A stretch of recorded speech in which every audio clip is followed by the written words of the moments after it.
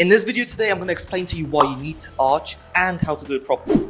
To understand why you need to arch, you first have to understand two things about muscle growth, and those are a deep stretch and a full range of motion. This is because these have been shown to directly cause better results, and as you see, many strength athletes use an arch too, because it's better for strength gains as well as muscle growth. And so if you want to get bigger and stronger on the bench, you have to do an arch.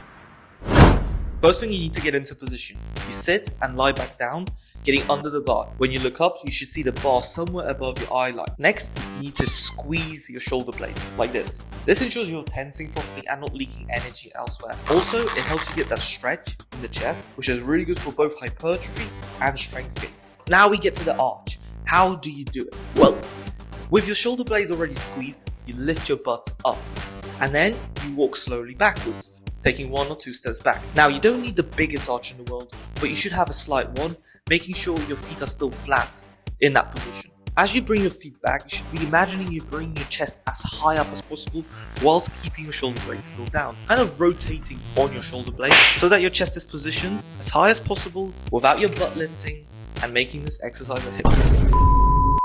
The width you grab the bar just determines whether you want to train your triceps or chest more. The wider the grip, the more you emphasize the chest. If you want to lift more and heavier weights, I would suggest the wider grip. But if you want to grow your triceps more, go for the narrow grip. Now, to reinforce this, I also like to imagine I am bending the bar. This makes sure the lats are engaged, and as a result, you will be able to lift with good form, losing and leaking as little energy as possible throughout the lift, which ensures you lift more and you focus on the muscle group that you want to, which in this case is the chest, triceps, and delts. Finally, for a good lift with an arch, you need to properly lift the bar and then lower it to your chest, and then lift it back up to the starting position above the joint. This ensures maximum power and stretch on the pec. As you can see, as I lower the bar, my chest stretches to its maximum potential until the bar is physically blocked from lowering by my lower chest. At this point, I like to take a pause and then lift it back up.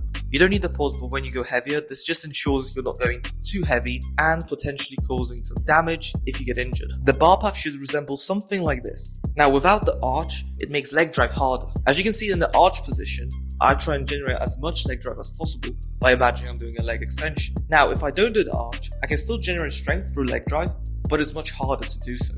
So whatever your goal is, a good arch is necessary for good gains. Hey guys, if you enjoy this sort of content, just let me know in the comments. I'm just really experimenting on YouTube, seeing what works, what doesn't. If you enjoy the content, let me know, and obviously subscribe if you want to see more. Thank you so much for watching, and see you guys in the next one.